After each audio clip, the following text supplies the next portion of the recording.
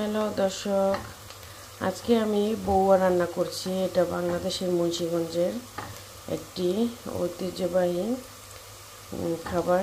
এখন এখানে আমি পেঁয়াজ কুচি আর রসুন কুচি দিয়ে দিচ্ছি। এখানে আমি আদা কুচিও দিব, যেহেতু আদা কুচি নেই আমি আজকে আদা পেস্ট দিব। তারপর এখানে আমি দিয়ে দিচ্ছি আদা আর কিছু শুকনো মরিচের ভেঙে দিয়েছি। এখানে আমি চাল ডাল ধুয়ে নিয়েছি, এটা দিয়ে দেবো। এখানে মুগ ডাল, মসুর ডাল আর চাল। এখন আমি চালগুলো নেড়ে চেড়ে মিক্স করে নেবো ভালো করে, একটু ভেজে ভেজে নেব। পানিটা একটু হয়ে আসলে, শুকিয়ে আসলে আমি এখানে আবার পানি দিয়ে দিব, ভালো করে কষে। আমি এখানে 2টি তেজপাতাও দিয়ে দিয়েছি। আর আমার দেখেন পানিটা একদম একটু শুকিয়ে গেছে। এই পর্যায়ে আমি আরও পানি দিয়ে দিব পরিমাণ মতো, বা আপনারা মেপেও দিতে পারেন পোলার মতো।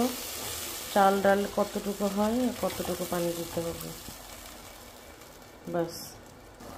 এখানে এখন আমি দিয়ে দিচ্ছি কিছু আলু কুচি করে। আলুগুলো একটু মোটা মোটা করে কেটে দেবেন। এখানে আমি 2টার মতো ছোট ছোট 2টা আলু দিচ্ছি, মিডিয়াম সাইজের 2টা আলু দিচ্ছি। একটু নেড়ে চেড়ে দিব এবং ঢেকে রাখবো।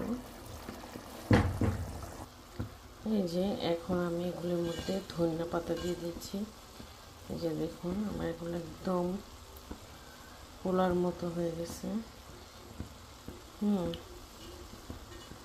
এখন এগুলোতে আমি ধনিয়া পাতা দিয়ে একটু ঢেকে রাখবো, দম দিয়ে রাখবো। বেশি করে ধনিয়া পাতা দিবেন, তাহলে এটা খেতে আরও ভালো লাগবে।